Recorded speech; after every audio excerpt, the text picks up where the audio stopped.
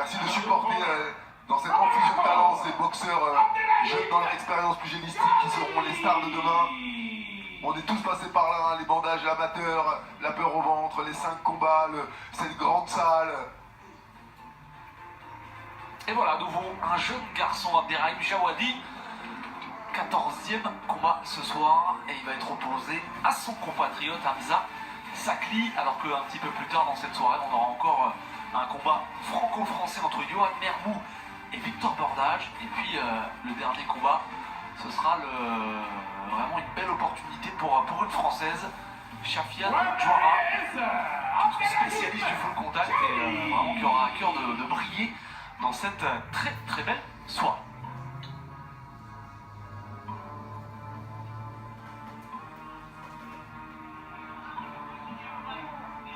And then his opponent, fighting out of the red corner, from Morocco as well, Hamza Salih.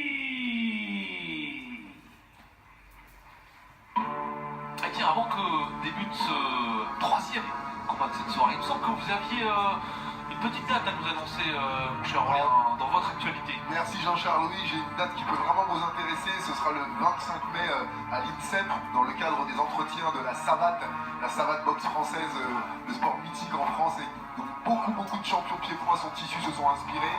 Donc on organise avec le comité, je crois, d'Île-de-France et le comité de la performance un colloque autour du coaching de compétition, donc que vous soyez coach, entraîneur et aussi pour d'autres disciplines, pas forcément la boxe, venir voir quels sont les meilleurs outils des neurosciences pour donner ces informations à son athlète. C'est ouvert à tout public, ce sera de 18h à 22h avec un petit repas, des intervenants, et dans ce lieu mythique, dans ce temple du sport et de la performance à l'INSEP, dans le bois de Vincennes. Le 25 mai, donc. Le 25 mai, ouais. Toutes les informations sur, je crois, le site de l'INSEP, et un grand merci à Jérôme Mouillon qui organise ça et qui a eu l'audace de faire intervenir un boxeur du Muay du kick. Quand je sais qu'il y a 20 ou 30 ans, on ne pouvait pas se supporter, il y avait ces guerres de clochers, on se tirait dans les pneus, j'ai connu tout ça. Et ben aujourd'hui, voilà, on a compris que c'est une famille, et que ça soit sur le ring ou au niveau mondial, c'est être ensemble. Donc vous êtes vraiment les bienvenus pour venir partager ce moment avec nous. Super, merci Aurélien, on sera évidemment au rendez-vous, alors que dans quelques instants va donc débuter ce troisième combat. Présentation tout de suite avec notre ami speaker néerlandais qui a beaucoup de voix ce soir. Le Lion, 12 victoires, 4 défaites. Le Maroc, un véritable vivier avec cette diaspora en Hollande et en France, ces grands noms du pied-point. Arrivé au bled, comme on dit, ça fait vraiment des modèles, des locomotives. Grâce à la magie d'Internet, ils s'entraînent dans les petites salles. Bah, c'est vrai que on parle de diaspora et c'est vrai que ces boxeurs se sont vraiment imprégnés aussi bien aux Pays-Bas qu'en France de la culture, de cette discipline martiale, et puis après sont arrivés à briller pour représenter leurs couleurs. C'est vrai que la boxe, et toutes les boxes, hein, historiquement c'est le sport de l'arrivant finalement, Aurélien. On se rappelle des années 50, 60, 70, aux États-Unis, il y a eu d'abord les Italiens, les Irlandais, les Afro-Américains. Ça a été vraiment un sport qui a réuni, qui a uni, qui a parfois opposé hein, même les communautés. Et c'est vrai que voilà, c'est un sport de l'arrivant, parce que faut en vouloir, hein, faut avoir envie, faut avoir du cœur vraiment pour monter sur un ring. Eh oui.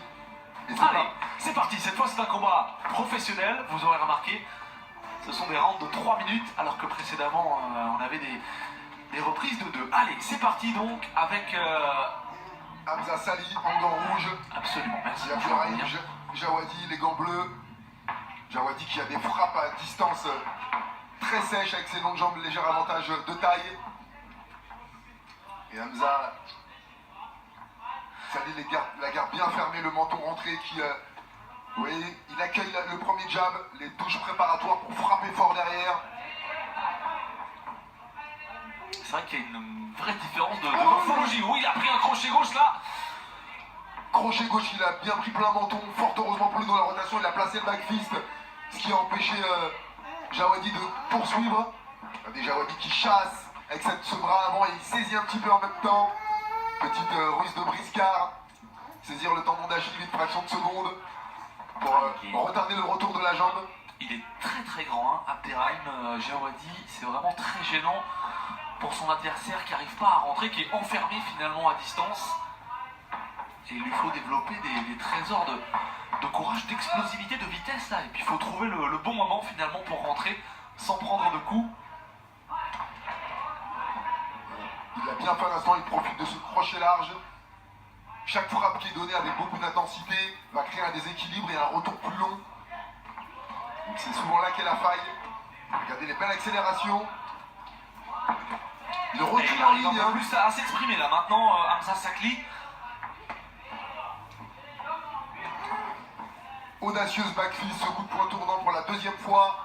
Ah, il est obligé de se jeter là avec ce qu'on appelle ce Superman Punch là, ce coup de poing à bras arrière avec un saut. C'est audacieux, c'est risqué, mais c'est ce qu'on aime aussi hein, dans le pied-point, ces techniques comme le backfist, hein, ce coup de poing retourné qui nous offre beaucoup de spectacles, beaucoup de panache. Bien sûr, Jean-Charles, c'est ce qu'on aime ici, la prise de risque. C'est ce qui nous rend meilleurs et vu le déficit d'allonge, plusieurs manières de casser la distance. Bah, bien sûr, rentrer avec le courage et la force. Et là, il se fait contrer. L'art de la feinte, surprendre, décaler, forcer à déclencher. Et ça marche bien. Hein. Vous avez vu que Abderrahmane Jawadi recule jusqu'à se faire acculer dans les cordes à chaque fois.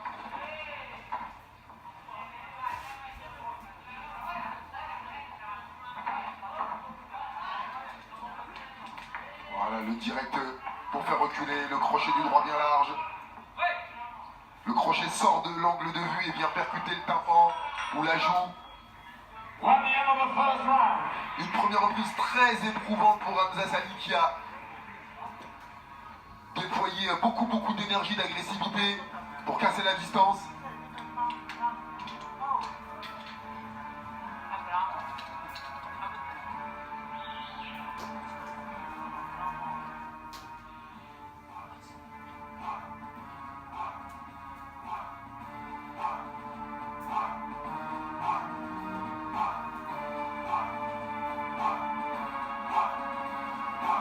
Et profiter de l'erreur. Hein.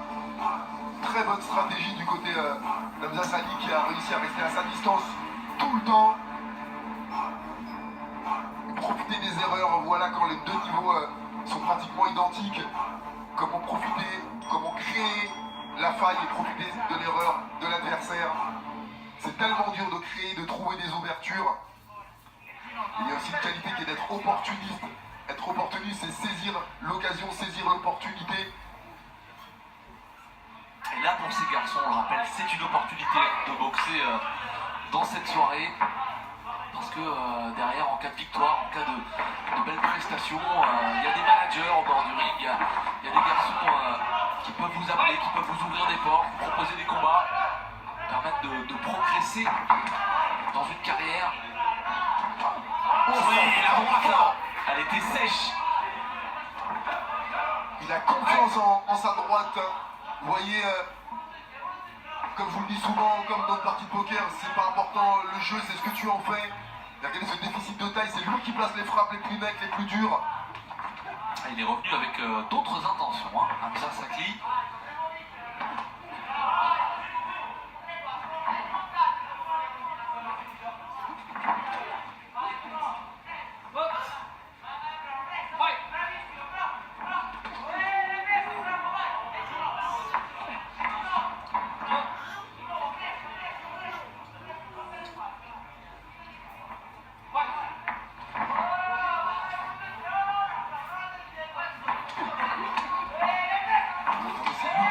Qui frappe. Et c'est le point aussi directement qui arrive sur le crâne Il a trouvé la faille une nouvelle fois avec un crochet gauche là. Jawadi. Est-ce qu'on voit qu'il est en train de se durcir là? Alors maintenant on a laissé un petit peu la stratégie pour le cours là. Sortir la combativité, l'agressivité, les qualités naturelles, tellement réprimées par notre société qu'il faut trouver un espace pour les laisser vivre. Oui, décalage, prise de la jambe d'appui. C'est vrai que c'est assez incroyable dans un combat où, malgré l'expérience des garçons et malgré leur volonté d'appliquer la stratégie, vous avez certainement dû le vivre ce moment, Aurélien. Il y a toujours un moment où on prend un coup et on disjoncte totalement, et puis là c'est terminé. Et puis là, ça devient totalement à toi, à moi, c'est l'instinct qui prend le dessus. Ah, c'est ce qu'on a vu il y a quelques instants.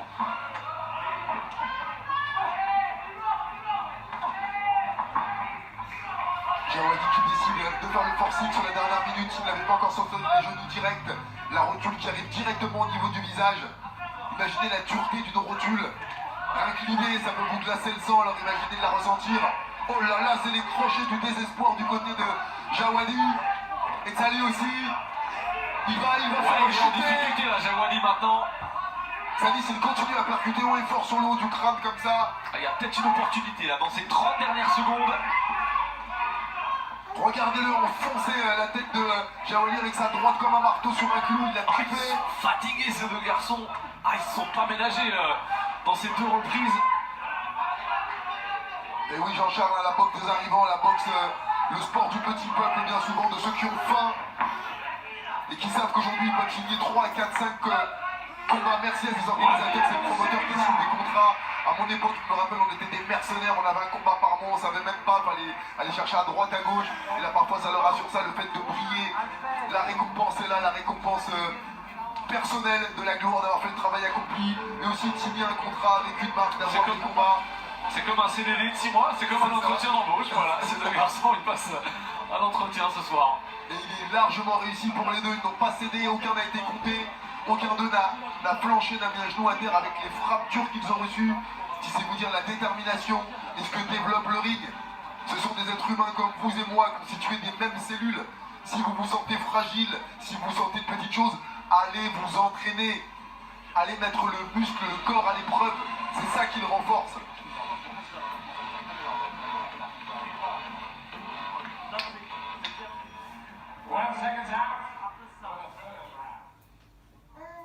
Regardez le calme dans le coin. Et puis on sent que ce sont deux garçons qui sont encore jeunes, hein, qui sont de jeunes professionnels en termes d'expérience et qui ont encore beaucoup d'envie, de fougue et aussi des petits défauts techniques. Ça n'a pas toujours été d'un niveau exceptionnel techniquement, mais au niveau de l'engagement, de la détermination. Vraiment, ces deux garçons nous offrent un grand spectacle. Là, les troisième et dernier round. Avec Hamza Salim qui part sur les chapeaux de roue, la gauche-droite en ligne qui a marché jusqu'à présent. Jawadi plus patient, il a tenté de contrer à sa distance avec ses grandes jambes. Et il se laisse encore acculer dans le coin. Et les cafouillages là, en face de corps à corps. Parce que l'allonge est un avantage important, encore faut-il avoir la capacité technique et physique de l'imposer. Et là, maintenant, Sakli, malgré son déficit de taille, il est en train de faire le forcing. C'est lui qui fait le combat. Il a vraiment compensé. Et pour rassurer tous les combattants, tous les sportifs et même tous ceux qui nous écoutent, là, tu l'as dit Jean-Charles, quand il était sur l'agressivité, il ne peut pas être sur la technique. C'est difficile d'être très bon sur deux points en même temps. Oh, cette droite sur le haut du crâne. Et attention, parce qu'il l'a surpris, Sakli, qui s'accroche là, qui met les mains hautes. Ouais, il va être compté. Il est compté. Ah bah, il ne conteste pas en tout cas. Ouais, il a bien pris, voilà, il conteste à partir de la 3e seconde, donc vraiment il était dans la boîte. Merci monsieur l'arbitre de l'avoir vu. Rappelez-vous que l'arbitre a une proximité, ils ont une formation pour voir le tonus dans les yeux, de sentir quand un boxeur bluffe. On est des sacrés menteurs. Donc merci de déjouer nos mensonges pour nous sauver de précieux neurones et des années de vie. Vous avez beaucoup menti dans votre carrière, Oui, vous, oui, Aurélien. oui, Jean-Charles Flo.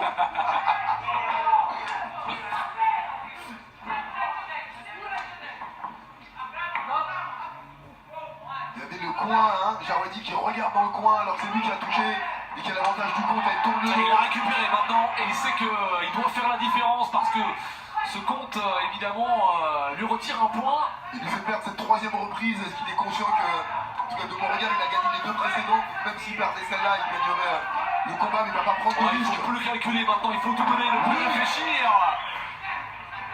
Belle droite en contre, l'arbitre ne compte pas. C'est juste un déséquilibre.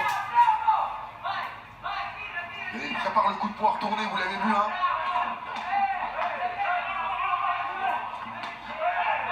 Oui, quelle puissance. Et cette image qu'on aime tant, Épuisé, Jawadi, il est épuisé. cette image que vous apprécierez tant, c'est que de David qui a terrassé Goliath, on aime ça, voir le plus petit qui en apparence renverse le plus grand et le plus fort. En apparence, hein, seulement parce que, évidemment, ils sont au même poids, ces garçons. C'est juste une question de morphologie, de puissance, de qualité différente. Encore cette droite poussante, il là, un coup et des cervicales en acier. Hamza Sali. Quel courage, regardez la bouche entrouverte. Ils ont du mal à trouver leur souffle, plus d'énergie pour porter la garde. Et cependant, ils vont continuer à se battre. Voilà.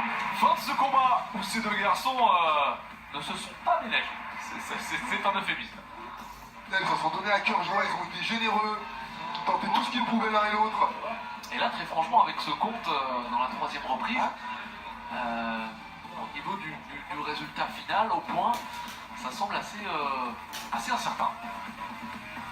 On va attendre la décision de nos juges qui ont marqué. Rappelez-vous qu'en cas d'égalité, on peut demander une troisième reprise. La quatrième. Autant pour moi, merci Jean-Charles, une quatrième reprise où les compteurs sont remis à zéro et seule cette reprise comptera.